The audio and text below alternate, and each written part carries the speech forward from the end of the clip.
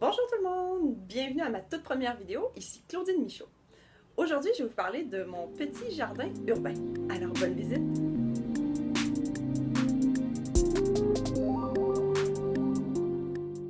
Je vais commencer la visite par les pots suspendus ici. Ici, j'ai de l'origan, qui est très pratique pour cuisiner.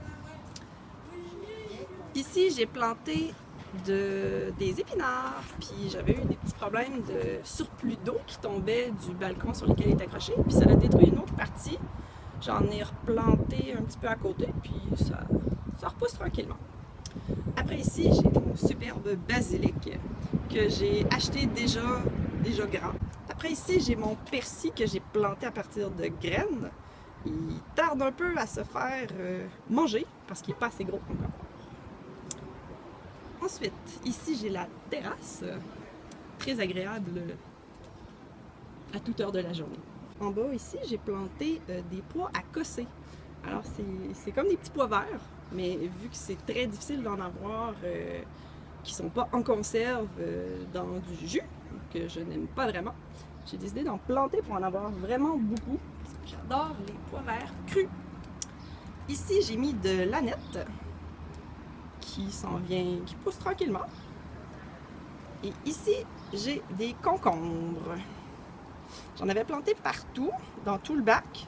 Il y a seulement ces trois-là qui ont survécu. Alors, ce que j'ai fait, c'est que j'ai replanté du basilic. Je devrais en avoir un petit peu plus tard au courant de l'été, peut-être vers la fin de l'été, début de l'automne, peut-être, qui va probablement être que je vais pouvoir le ramasser. Toute cette section-ci est vraiment éclairée en matinée, alors que la section ici est éclairée en après-midi. Ici, j'ai un trèfle rouge. Je sais que j'avais fait un post Facebook il y a peut-être 2 semaines que le trèfle rouge était en fleurs et prêt à récolter. Mais ça, c'est le trèfle comme sauvage naturel. Ici, je l'ai planté à partir de graines, fait qu'il est un petit peu en retard par rapport à ce qui est dans la nature. Il devrait fleurir peut-être d'ici 3 semaines, je pense. Ça ici, c'est une plante qu'on m'a donnée, que je me rappelle malheureusement pas c'est quoi. Alors, je vais vous indiquer dans l'article c'est quoi la plante inconnue. Ici, c'est la rue. C'est une plante très, très intéressante qui est méconnue, malheureusement.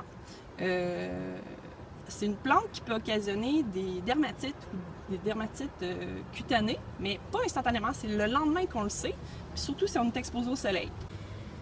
Malgré tout, c'est une plante qui peut être utilisée pour traiter les piqûres d'insectes, les allergies, le psoriasis, pour soigner aussi diverses hémorragies ou phlébites. C'est une plante avec laquelle il faut quand même être prudente parce qu'à haute dose, elle est toxique. Ici, à l'arrière, on a un plantain sauvage. C'est une plante cicatrisante très utile pour les blessures, les plaies ouvertes. Ensuite de ça, ici, on a la calendule qui éventuellement va faire des grosses fleurs jaunes ou oranges. C'est une plante qui est quand même collante, aussi avec beaucoup de propriétés cicatrisantes. Ici, j'ai 3 plants de tomates cerises par bac, par pot. Et ils poussent merveilleusement bien.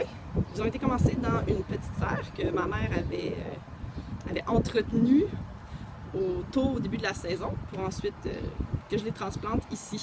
Alors on voit que j'ai des fleurs jaunes qui s'en viennent. J'ai encore beaucoup de cerises. Ensuite, ici, vu la mésaventure que j'avais eue dans mes pots suspendus avec les épinards, j'en ai replanté ici pour en avoir un peu plus parce que j'adore les épinards. Ici, mon pot plante piquante, c'est de l'ortie. Alors, c'est une plante qui pique vraiment beaucoup, mais qui a 1001 vertus. Fortifie le système immunitaire, reminéralisante. C'est une plante pour les asthmatiques et pour les gens qui font des allergies saisonnières. C'est une plante qui peut faire disparaître les allergies pour de bon. Alors, c'est une plante vraiment à connaître et à consommer toute sa vie, finalement. Tout le monde devrait prendre de l'ortie tout le temps. Renseignez-vous, c'est une plante extraordinaire. Ici, j'ai du chardon béni.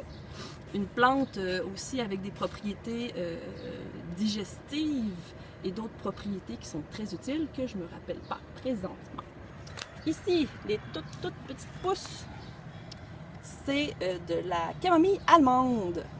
Je ne sais pas s'ils vont finir par pousser vers être à maturité ou avoir des fleurs vers la fin de l'automne, vers la fin de l'été, mais on verra bien ce que ça va donner pour l'instant.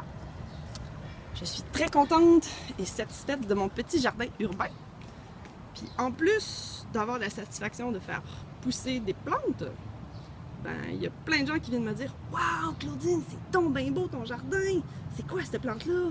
Cette plante-là, est-tu vraiment piquante?